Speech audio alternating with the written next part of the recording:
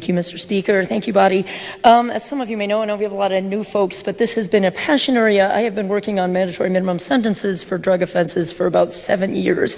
I have spent thousands of hours talking to judges, attorneys, police, those who have been incarcerated. I have cried with the mothers and grandmothers of those locked up, and I have read a stack of transcripts about this high from sentencing hearings from judges who are staying from the bench.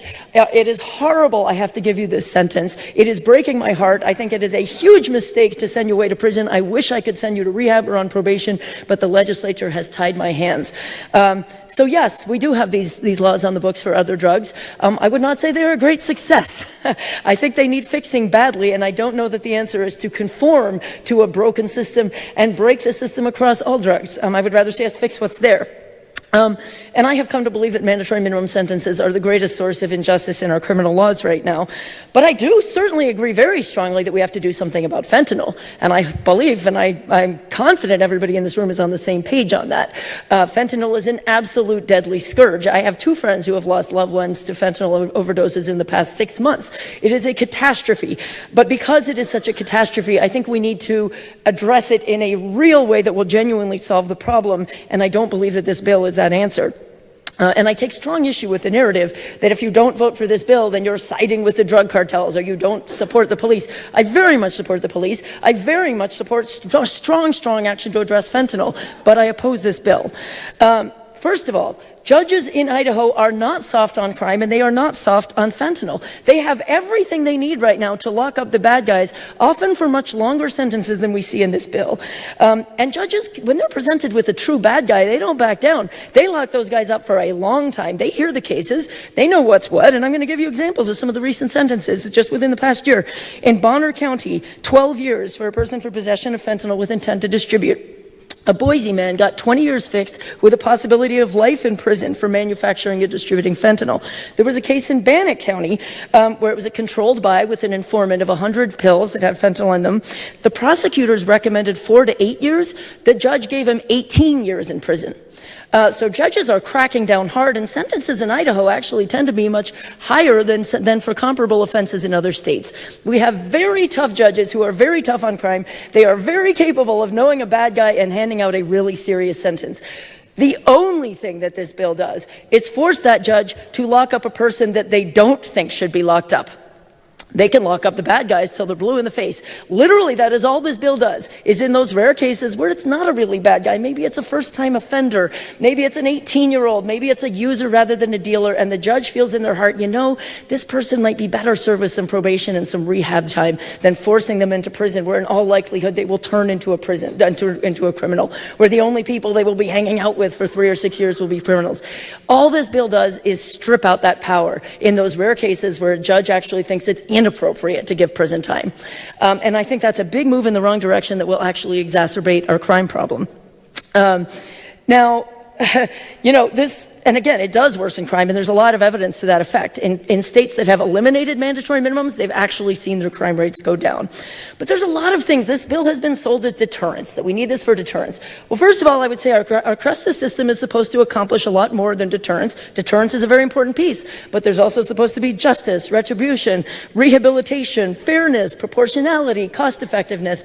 All of those other things are going on the funeral pyre in the name of deterrence. In fact, justice is one of the biggest things to fall. Again, judges are forced to do things they don't think are just. I've heard from defense attorneys who say they have clients they believe are innocent, but they don't even dare try to make the case when there's a mandatory minimum on the table. They advise their clients who are innocent to plead guilty to try to get the prosecutor to drop the charge. That is not justice. But is it deterrence? Because that's what we're being told. We got to do this for deterrence. Well, if you look at this sheet that I've handed out, these are the 13 states in America that already have mandatory minimums for fentanyl offenses. And Idaho's current rate of synthetic opioid deaths, that's fentanyl deaths, is actually lower than all but one of the states that have mandatory minimums for fentanyl. In fact, the states that have mandatory minimums for fentanyl, 10 of the 13, have opioid deaths, have fentanyl deaths that are higher than the national average. Idaho put in these mandatory minimums for other drug offenses in 1992. Since then, we've seen our drug offense rate go up 700%. There is simply no data case to be made for the proposition that there is any deterrence value here whatsoever. Now, there are things that do deter. There are studies that show if you really want deterrence, it's actually the certainty of getting caught that deters, rather than the length of the sentence. If we want to deter, we should put more cops on the street. Make people know that you will get caught. That's the way to deter. It has nothing to do with sentence lengths or mandatory sentences at all. And again, you will not find data points that I've ever come across in 7 years of studying that shows any deterrence value of doing this. It might make us feel good and feel like we're doing something, but it doesn't. Now, I believe the seriousness of this crisis demands action that will actually work, not something that might arguably make matters worse and take somebody who could be rehabilitated and turn them into a criminal. What are some of the things that would actually work? There's a lot of them.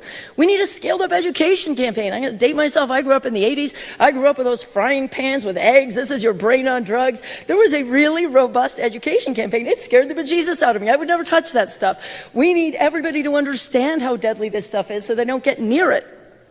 We need to legalize testing materials. Right now, Idaho is one of only, I think, 6 or 7 states in America, probably none by the end of this session, that bans fentanyl testing strips. So if a person wants to avoid getting tested or avoid fentanyl, they can't. We need to make that legal so that people can avoid getting poisoned by fentanyl if they want to.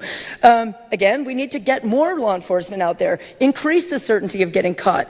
We need treatment for addiction. So many of these people, when you're in the throes of addiction, it is a violent urge. They don't care what the laws are. They're not reading the laws. They have a physiological impulse. They are a slave to their addiction, and there isn't a law you can put on the books that's going to stop them from seeking out fentanyl. We need to treat that addiction and shut down that market with more robust rehab and treatment options. And that will starve the market here. So there's a lot of things we can do that would be genuinely effective in confronting what is a very serious crisis. But this bill is not it. This bill demands incarceration without making any distinction between dealers and users, without making any distinction between first-time people who made a mistake and serious bad guys. It doesn't even require knowledge. It requires that you have knowledge that you possess something, but you could think you possess something else and not even know it's been laced with fentanyl, and you would still get caught up in this mandatory minimum.